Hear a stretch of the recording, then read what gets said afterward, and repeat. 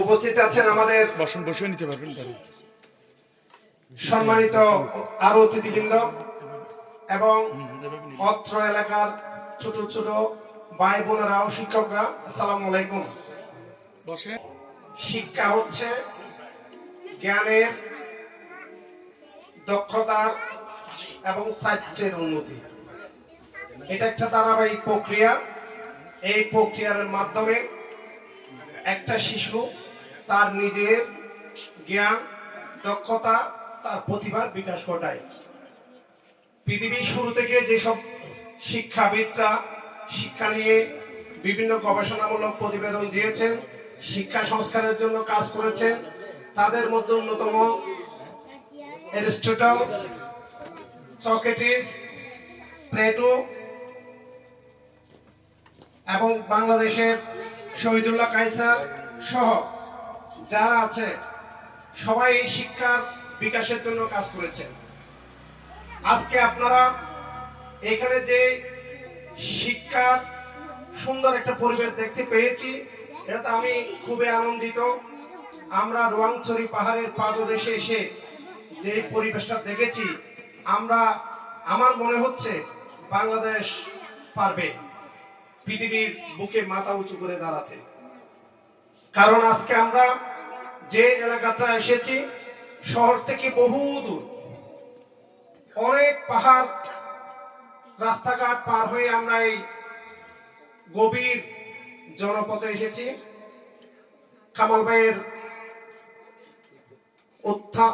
একান্ত প্রচেষ্টায় এখানে এসে যেটা দেখেছি, আমরা খুবই আশাবাদী আমাদের দেশ পৃথিবীর বুকে মাথা উঁচু করে দাঁড়াবে।